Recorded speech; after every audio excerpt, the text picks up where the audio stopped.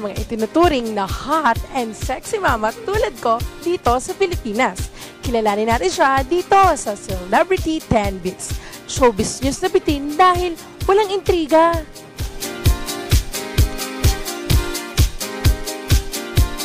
Hi Aubrey, nanganak ka ba talaga? Yes, nanganak. 8 months na. 8 months. Parang walang bakas na.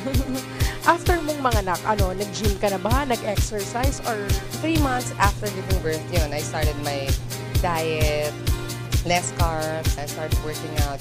ano ba mga kinds ng food yung kinakain mo? Parang napaka-sexy mo mula nun hanggang ngayon. Vegetables, ano pa ba? Seafood, fish, mga ganun. Kahit shrimp, okay lang, soup. Ganun-ganun lang talaga. Sino kamukha ng baby mo? Ikaw or si Troy? Yung shape ng eyes, parang sa akin. Pero yung mata, yung loob ng mata, parang kay Troy, malaki. And then yung nose is kay Troy, yung lips sa akin ata. Yung shape, parang siya eh. Parang more of siya. Ganun. Are you a hands-on mom?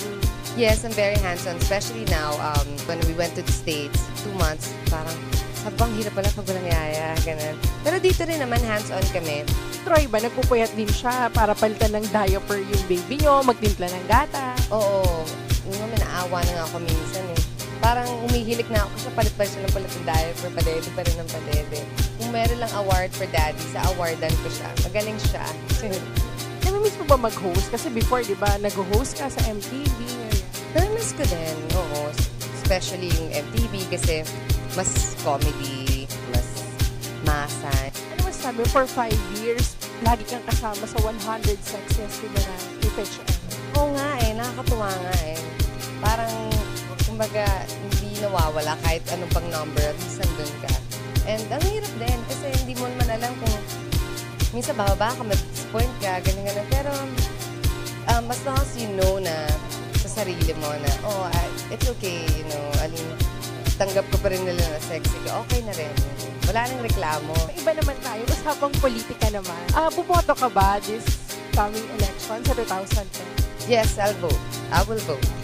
Pero may nababalita naman na hindi matutuloy yung election. Anong masasabi mo regarding that? Oo, nakikita ko nga yung mga rally, mga cha-cha. Parang sabi ko, what's happening? Sabi ko, eto na naman tayo. Pero basta ang point ako, boboto ako, mapa-manual pa yan or automatic, boboto ako. Sana matuloy yung botohan kasi yun naman talagang normal. Huwag na natin, I don't want to say, pero bigyan naman natin chance ng ibang politicians na pakita nila kung ano yung pwede nila magawa pa. Thank you. Sure.